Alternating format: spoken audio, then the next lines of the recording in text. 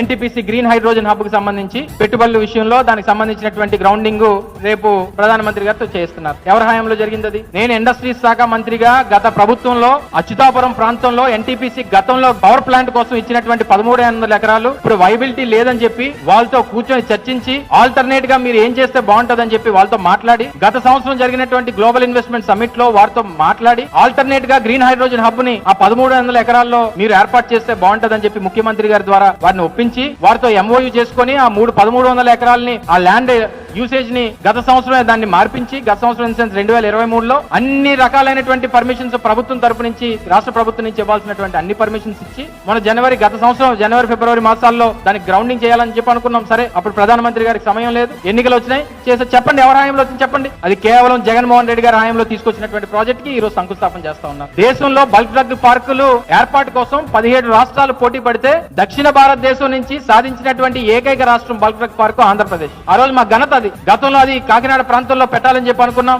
తర్వాత land alterations సంబంధించినటువంటి దాంట్లో మళ్ళీ దాన్ని నక్కపల్లిలో ఏర్పాటు చేయాలని చెప్పి దాని నిర్ణయం తీసుకుని దానికి కూడా నేను మంత్రిగా జగన్మోహన్ రెడ్డి గారితో మాట్లాడి ఆల్టర్నేట్ ల్యాండ్ మనకి నక్కపల్లిలో ల్యాండ్ ఉంది, ఆల్టర్నేట్ ల్యాండ్ గా నక్కపల్లిలో దాదాపు 4500 నుంచి 5000 ఎకరాలు ఉన్నాయి, అక్కడ ఏర్పాటు చేద్దామని చెప్పి నిర్ణయం తీసుకుని ఆల్టర్నేట్ ల్యాండ్ ప్రపోజల్ పంపించింది మేము. దానికి ఈ రోజు శంకుస్థాపన చేస్తా ఉన్నాం. ఇందులో మీ ఘనత ఏముంది చెప్పండి. రైల్వే జోన్ కి సంబంధించి మున్సిపల్ కమిషనర్ జనవరి 2, 2024 52 ఎకరాలు రైల్వే శాఖ ఇచ్చినటువంటి ఆర్డర్ ఇది, ఫైల్ నెంబర్ తో సహా ఉన్నాయి. వాళ్ళు మా ప్రభుత్వంలో అసలు ల్యాండ్ ఇవ్వలేదని చెప్పి లేనిపోయినటువంటి తప్పుడు ప్రచారాలు చేశారు. ఇవన్నీ కూడా జగన్మోహన్ రెడ్డి గారి హయాంలో చేసినటువంటి దానికి మీరు చప్పట్లు కొట్టి మీరేదో ఘనత సాధించినట్టు గొప్పలు చెప్పుకొని చెప్పండి. ఇందులో కూడా చెప్పండి, జగన్మోహన్ రెడ్డి గారి హయాంలో వచ్చినటువంటి ప్రాజెక్టులకే రేపు శంకుస్థాపన చేస్తున్నామని చెప్పి చెప్పండి.